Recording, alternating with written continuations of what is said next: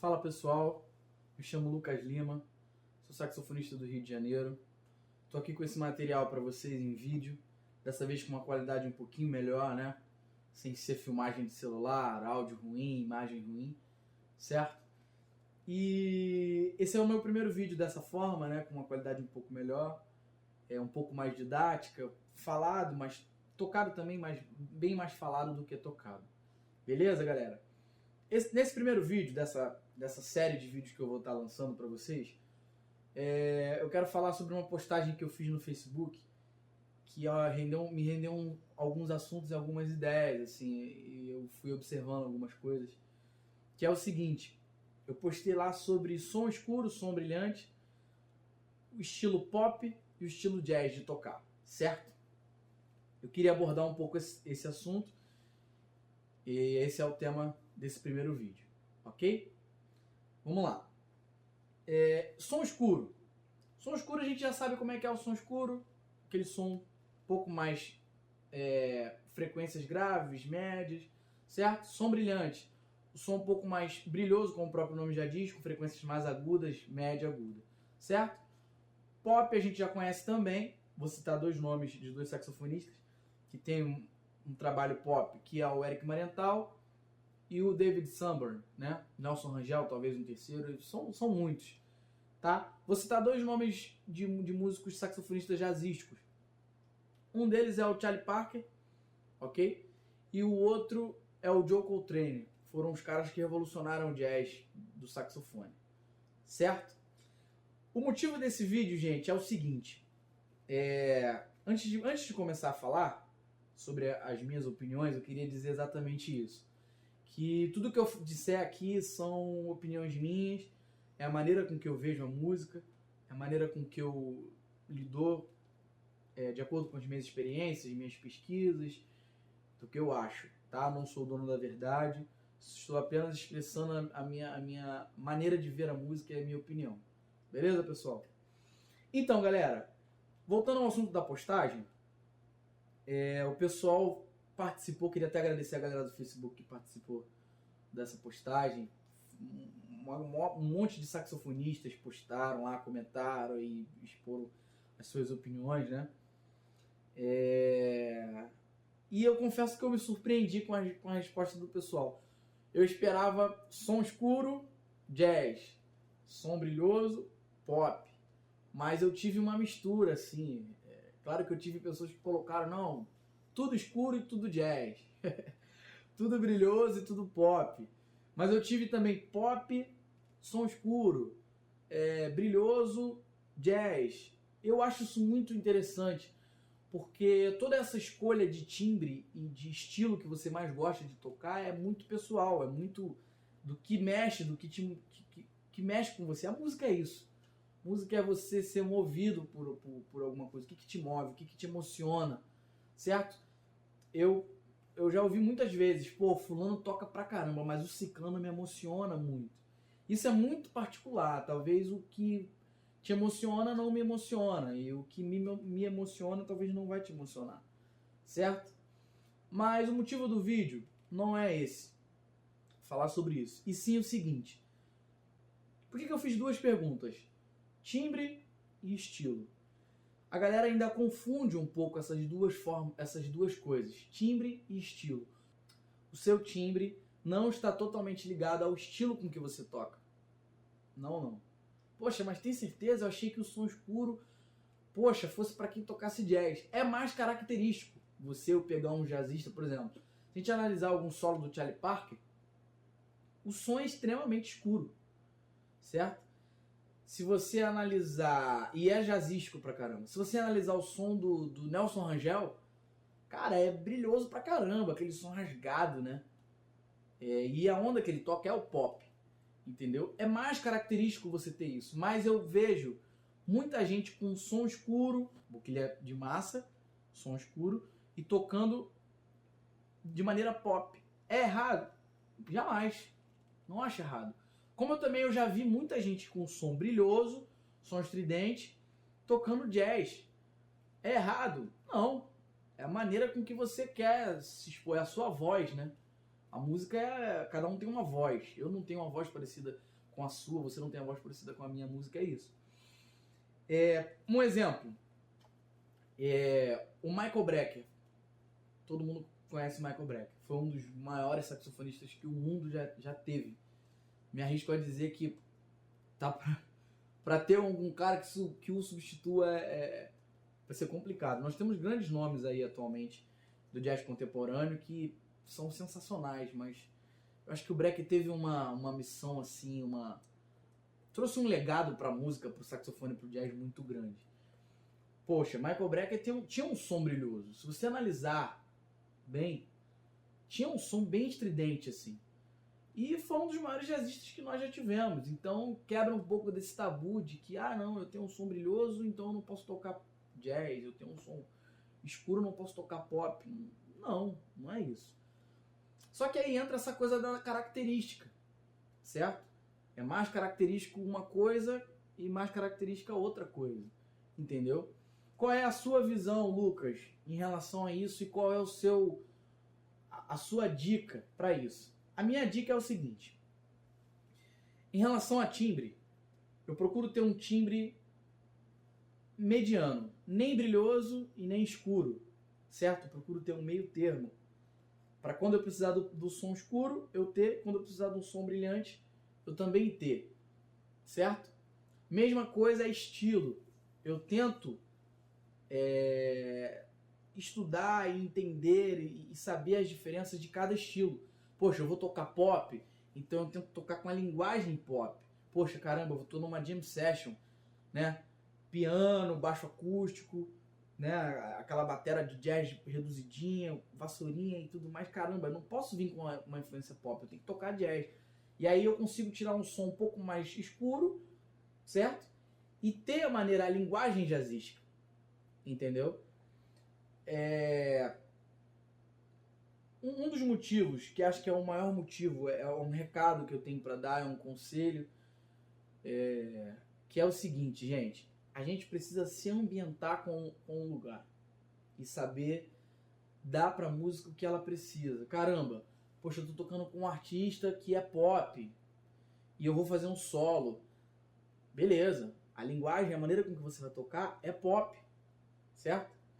Poxa, eu vou fazer uma jam session com uma galera, maneira formato jazz de tocar, o som menos pancado, com a questão das frases, também tem disso, a questão harmônica.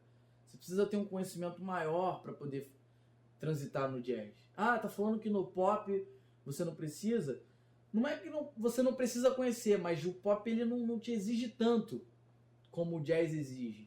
Você pega um standard de jazz, cara, a harmonia anda pra caramba. Se você não tiver preparado, você vai ficar.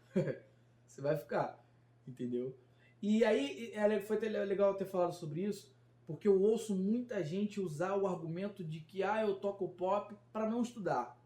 Isso é complicado, certo? A galera fala, não, bicho, meu som é esse aqui, eu toco pop, e é isso. Para não estudar, porque o cara aprende a tocar uma pentatônica, que é uma escala que predominante no pop, e aí tá tudo certo. Não, eu toco a pentatônica e já foi, não tem conhecimento nenhum harmônico.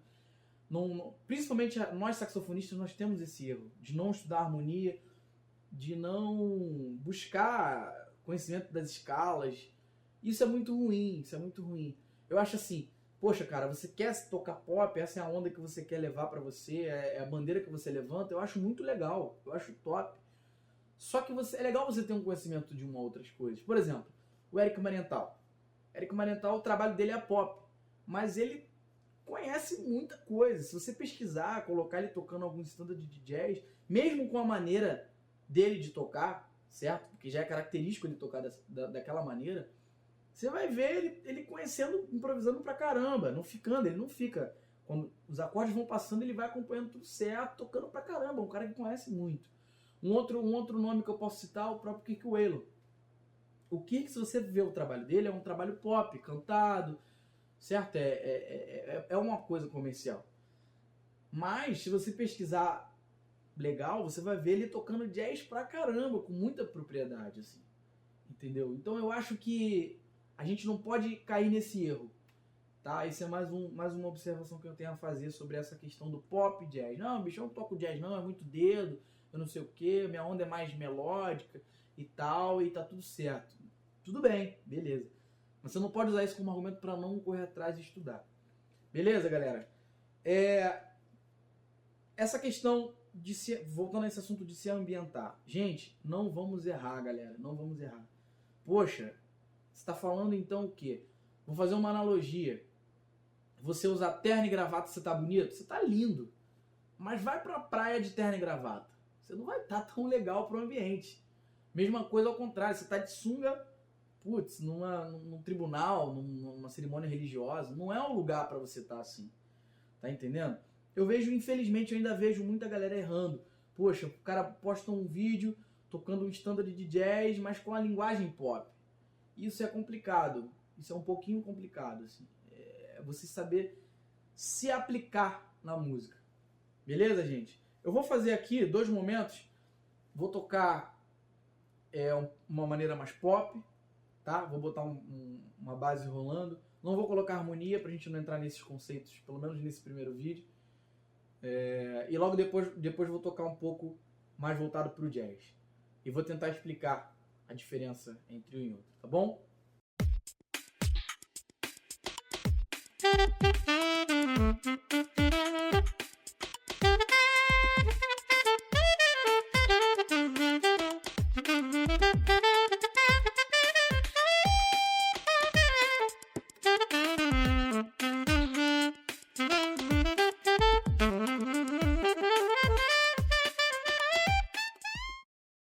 Então, galera, qual é a diferença? Poxa, quando você vai tocar pop, você toca ele é um pouco mais batido, as notas podem ser tocadas com mais agressividade. Tem essa coisa de, poxa, o uso da pentatônica no pop, ela é sensacional.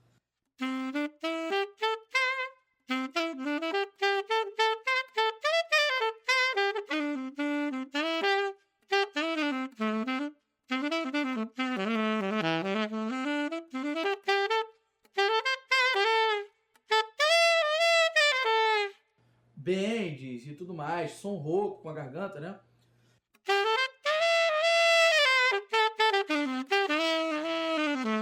Eu acho muito legal, assim. Essa é a minha visão de pop, da maneira de tocar pop, pelo que eu entendo de tocar pop.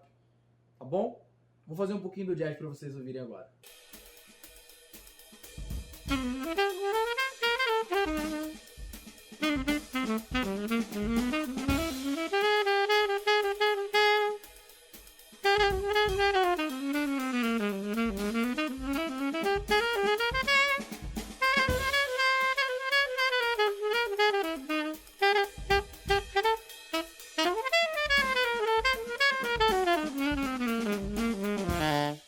A maneira de tocar o jazz, claro, primeiro princípio, o que no pop você toca colcheia reta,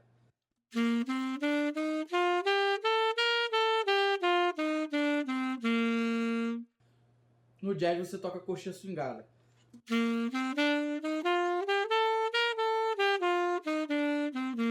Esse é o primeiro princípio, certo? Depois, claro, existe todo esse conceito de frases e tudo mais, etc. Mas a parte de dicção, né, de atacar as notas, ela é um pouco mais branda do que no jazz.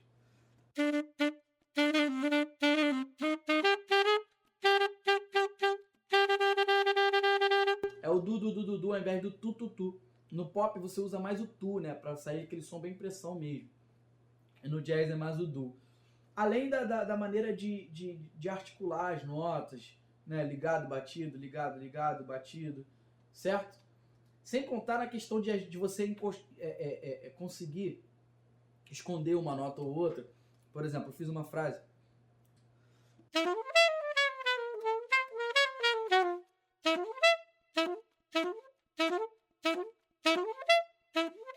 Vocês conseguem perceber que uma nota eu evidencio mais que a outra?